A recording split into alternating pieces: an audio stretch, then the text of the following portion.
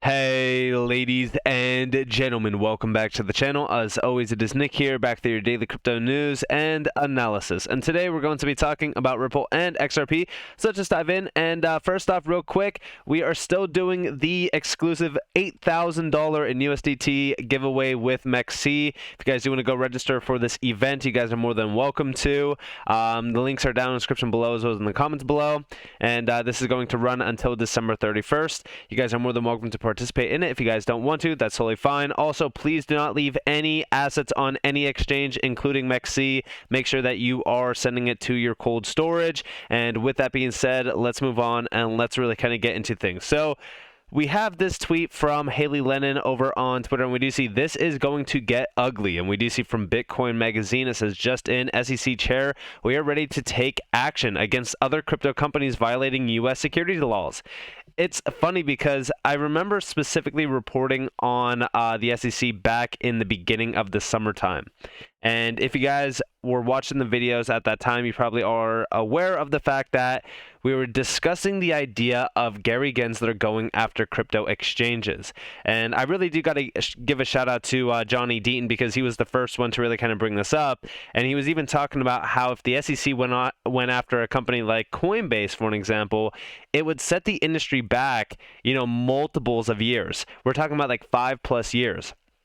Now, the concerning thing to me around this entire industry from a perspective of, innovation, growth, and overall adoption is the fact that the SEC here and many of the major elites in the United States, for an example, are trying to push back against crypto. They're not trying to embrace this technology at all.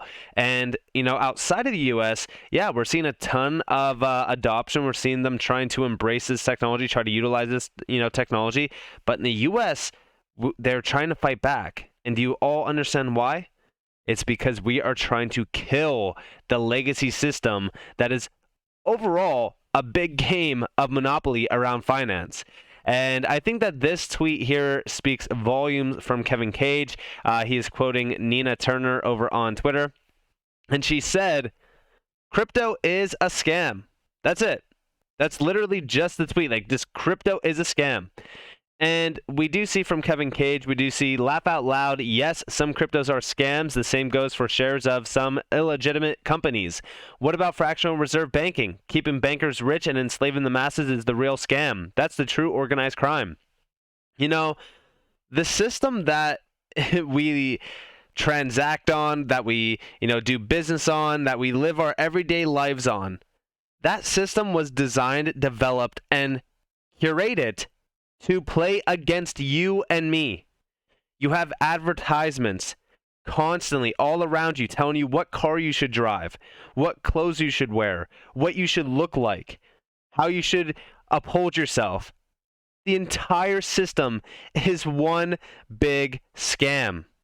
It's designed and developed to create this rat race of you chasing things that you don't need, living jobs that you or working jobs that you don't want to be working to afford the things, like I said, that you don't need. And a perfect example of this that always comes to mind is Fight Club. Like, I know that quoting movies and things like that isn't the best look, but the movie Fight Club really speaks volumes on the type of world we live in today, where it's built upon dreams and aspirations that these companies want you as a consumer to really kind of just look at and say, yep, that's the goal. I want a Lamborghini. I want a mansion. I want this. I want that. All these things don't mean anything, because at the end of the day, that's what they want. They want you to hate the life that you're living. They want you to chase flashy things so that you can continue to work and slave your life away. This is a big issue. The entire system is a scam. And, when we look at things happening around crypto, I focused on some of the bigger pictures around the entire, industry and around the legacy system as well. Here's a video of Brad Sherman. This video is 8 minutes long. I'm not going to play the full video. I'll only play like the first few minutes maybe. But I got tagged in this from Casius over on Twitter. he tagged me and he said, "You hear this misinformation?" And I even responded to him. I said, Brad Sherman is like one of the biggest supporters of the legacy system. And we will get into that here in a second, but I just want you guys to listen closely to the beginning of this video. Well, the whole purpose of cryptocurrency is to become a currency. And it isn't a currency yet, but it would like to be. The only reason it might have value is that it might become a currency. Otherwise, it's just the pet rock of the 21st century, an NFT without any artistic value. And you got to ask, well, why do they want a different currency? Dollar's pretty good.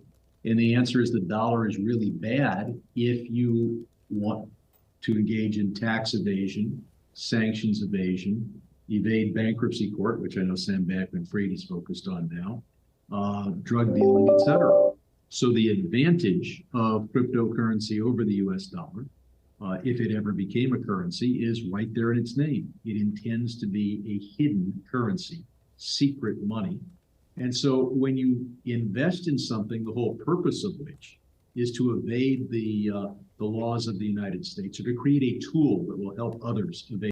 So nonetheless, he goes on, a rant for about like 8 minutes or so, talking about how, crypto is this, crypto is that, and we do see the dollar is really bad if you want to engage in tax evasion, sanctions evasion, evade bankruptcy court, which I know Sam Bankman-Fried is focused on now. The advantage of cryptocurrency over the U.S. dollar is it intends to be a hidden currency. Like, that is not the advantage over the U.S. dollar. I'll tell you what the advantage over the U.S. dollar that cryptocurrencies have.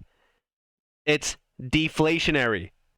It's not controlled by the elitists that want to, mindlessly print money to fund their complete nonsense.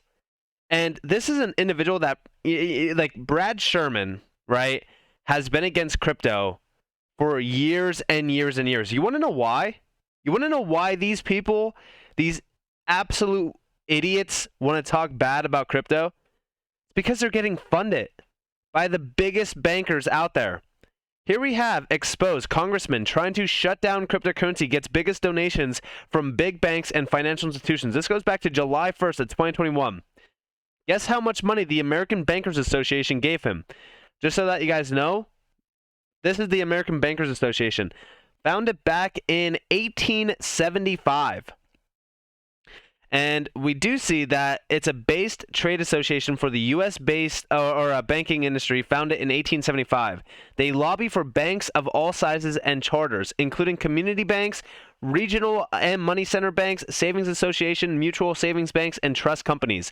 They are the big name behind the banking sector. They protect the big banks. And it's funny because this is an association that has been against crypto for a very, very long time. And check out some of the names behind them. I'm sure that you could probably recognize a few of these major names. If you guys do want to take a snapshot of them and look some of them up, you guys are more than welcome to. But over here, we actually have the dollar figure amount, how much money he's received from them. And we do see down here, like, this was during June 30th of 2021. This is where we've seen a few things around cryptocurrencies and how he completely slammed them. He called for cryptos to be fully banned in the United States. He also talked about, Bitcoin and Ethereum in general. There was so much discussions around it, and it's just comical to me that these individuals continue to talk about crypto. And they continue to talk about crypto in negative ways because they are getting paid off. And I don't know if they give us a full-on dollar figure amount, but we do see a few donors down here. So here are Sherman's biggest donors to his 2020 campaign committee. So we do see Capital Group Companies, Blackstone Group, BlackRock, American Bankers Association, Capital One Financial, Charles Schwab, Credit Union National Association, Discover Financial Services, and even Deloitte. And you do see some of the dollar figure amounts here. I mean, like, it's not a crazy amount at all, but I'm sure that there's a lot more money going in on the back end of things. This is just what we could see publicly, which is interesting. And again, when we even looked at like the FTX situation, we see a ton of money flooding around these big names. And it's just comical to me that these individuals continue to, be the face value of decisions around cryptocurrencies. Like, these are individuals that don't even understand crypto at all. And another individual that is completely idiotic discussing cryptos is Elizabeth Warren. We do see from Crypto Insight UK, is it just me, or does this make you actually angry? How have we let it get to the point where no one is allowed to speak freely and politics is paid for? It's so sad. My financial education came with this uncovering of the twisted world we live in. And we do see from Nerd Nation Unbox, I've got to give credit where it's due. Someone finally stood up to Elizabeth Warren. Well done, Kevin O'Leary. And honestly, my idea on Kevin O'Leary is pretty skewed, but this was a very interesting video nonetheless. So, Mr. O'Leary, I know that you are a big supporter of crypto, even after you lost $10 million in FTX's collapse. But you are an experienced investor. So let me ask you, do you believe that the potential benefits of crypto are so promising that we should accept weaker anti-money laundering rules and weaker compliance from crypto firms than we require from banks, from brokers, and from Western Union? No, I think we should apply the same regulatory structure that we apply to existing trading of stocks and bonds on exchanges tied to broker-dealers. That is not complicated. It's already been implemented in other countries. And so, and I take issue, Senator, with your concept that it makes it easier to do money laundering. Currencies have been used for drug trafficking since the 60s in the American dollar, when it was thrown out of a Piper aircraft in a duffel bag. The American dollar is also used by bad actors all the time. Mr. O'Leary, I appreciate your point that everyone tries to engage in money laundering. That's what terrorists do. That's what drug dealers do. And that's what states like Iran and North Korea have done. The only point I'm trying to make is, should the same rules against money laundering apply to crypto in the way that they apply to banks, to stockbrokers, to credit card companies, to Western Union? And I think your answer to that was yes. Is that right? No. Mr. O'Leary, you have 30 seconds. Keep your answer short. It's not yes. I'm just saying, if you know your client rules on both sides of the transaction and use a crypto such as USDC that is regulated, you solve this problem, Senator, overnight. Well, I appreciate that you want the same kind of rules to apply to everyone, and we can talk about what's needed to make that happen. And these are people that don't want to hear anything. You know why they don't want to hear it? I can tell you exactly why. Because they know that fundamentally, cryptocurrencies change the entire game. These people need to be educated. You know, these are people that are talking about things that they have absolutely no idea about. This is a big concern to me. And, you know, it's funny because they want to twist words. They want to manipulate the situation to play in their favor around what to do with crypto next. Honestly, none of them have no idea what to do with crypto. They have no idea how any of this works. They don't have a clue on the power and the potential behind crypto. This not only proves how early we are, which makes me extremely bullish, but it also proves just how illogical these individuals are behind everything. And who knows? Maybe they know everything. Maybe they understand it. Again, like I've said, these are people that are trying to protect the legacy system as well. And it all starts with these huge groups that were designed to lobby for the banking sector. They are trying to protect the banking sector. You want to know why? Because they all make a massive amount of money off of it. I mean, it's a monopoly game that they're playing with all of our money. It's a big problem. So with that being said, I hope that you guys enjoyed this video. If you guys did, definitely leave a like, subscribe, turn notifications on if you guys have more free content. You guys are more than welcome to follow me on Twitter and join the free Discord down in the description below. As always, up to you all. Have a beautiful day, beautiful night, wherever you guys are on this beautiful world. This has been Nick. Peace out, guys.